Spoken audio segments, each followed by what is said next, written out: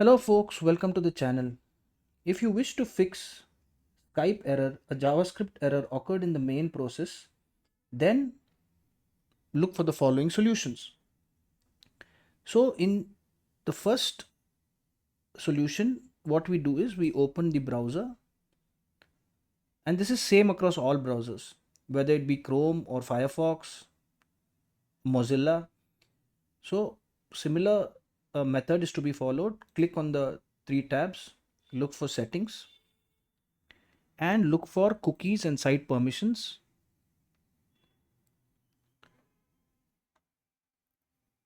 Look for JavaScript.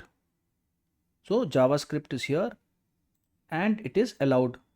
So if there's any block site, then you should remove the block and this problem should disappear.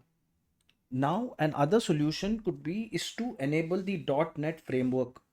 So how do we do that? We look in search for Windows features on and off. So here turn Windows features on and off. We will look for .NET framework 3.5 and this we will expand the tab and we will check the boxes. Similarly, expand the tab and check the boxes and click OK. And this should resolve the issue. If this video helped you, then please subscribe to our channel. Enjoy the day.